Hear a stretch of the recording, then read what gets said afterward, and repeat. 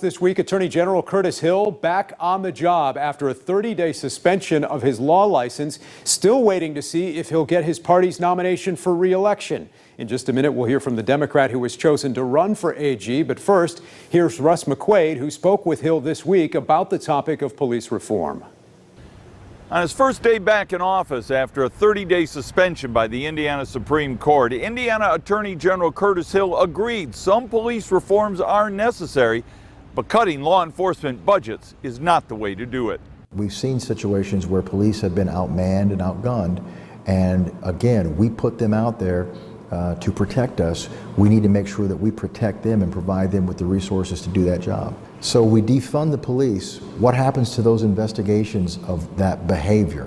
What happens to having someone to call out on a 911 call to stop a threat when it's occurring? For years, we've been needing to address adding resources to the police. So I think calls for reform need to be measured.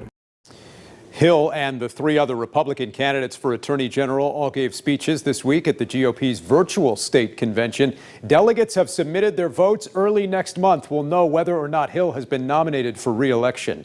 Meantime, this week, Democrats unveiled their choice. It's former Evansville Mayor Jonathan Weinzapfel, who I spoke with this week. You've had a lot to say about Attorney General Curtis Hill. He's back at work this week. Obviously, Republicans will be voting now on whether or not he'll be the nominee. You've been very vocal about the legal troubles the Attorney General has faced. But what if he's not the nominee? How different does that make this race? How does that change the dynamics in terms of your campaign if Republicans choose someone else? Well, frankly, when I got into this race in early December, I announced my candidacy. I thought this was going to be about Curtis Hill's ethical transgressions and all of his efforts to dismantle health care and really to find the Affordable Care Act unconstitutional, which would have a dramatic impact on Hoosiers with pre-existing conditions and those who have received health care benefits under the Healthy Indiana plan. But obviously, over the last 3 months, things have changed dramatically with the global coronavirus pandemic, and then just recently with the death of George Floyd. The issues in this race, I think, have changed completely. I don't think the people of Indiana, I don't think Hoosiers are really focused on the partisan makeup or the partisan identity of the candidates. I think they're looking for leadership, whether it comes from Democrats or Republicans, leadership that's going to address the economic problems we're facing, the public health challenges that we have, concerns about how they're going to be able to send kids to school this fall, and are they going to learn anything? Are they going to be safe? What about mom or dad who's in a nursing home? How safe are they? I mean, these are the issues that are at the forefront of people's minds, and I'm not sure they're looking for a Democratic or Republican answer. I think they're looking for leadership to get these addressed and help us get to a new and better normal here in the state of Indiana. You mentioned police reform. Obviously, that's been a very big topic in the news lately. How would you approach that as Indiana's top law enforcement officer? And does this term defund the police that's been in the news here in recent weeks, is that a term that could be troublesome for Democrats this year? Well, so first and foremost, the Attorney General is the chief legal officer for the state of Indiana. He or she is not the lead prosecutor. Prosecution happens at a local level on a county by county basis.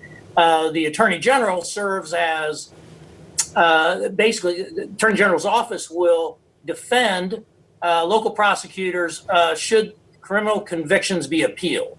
But through that process, obviously as Attorney General, I would have an opportunity to build relationships with prosecutors, law enforcement, and in the courts throughout the state of Indiana. And that's important in leading and helping bring a focus to criminal justice reform. In my mind, it really does take 3 or 4 different elements. The first is I support what Ryan Mears is doing in Marion County. I don't think it makes any sense to prosecute people for possession of low amounts of marijuana. It seems to me that there ought to be a drug court in every county. I think roughly only about maybe 2/3 or 60% of the counties actually have a drug court. And really that is the basis of a lot of the crime that takes place. And we have to be able to treat people who come into the criminal justice system appropriately. There is no quick fix to any of this, but some real holistic approaches and maybe some changes in how we approach criminal justice in Indiana can make a real difference. But where do you stand specifically on some of these calls to, however you want to describe it, either restructure or defund police departments? Well, hey, as a former mayor, I led a police department in the city of Evansville. It is incredibly important that we have effective law enforcement, and I thought the Evansville Police Department was fantastic at the work they did. So this idea of defunding the police really doesn't resonate with me. There's always an opportunity, I think, to kind of reorganize and restructure which agencies provides what services the best. But I am not an advocate for defunding the police department. What's it going to take to win this race?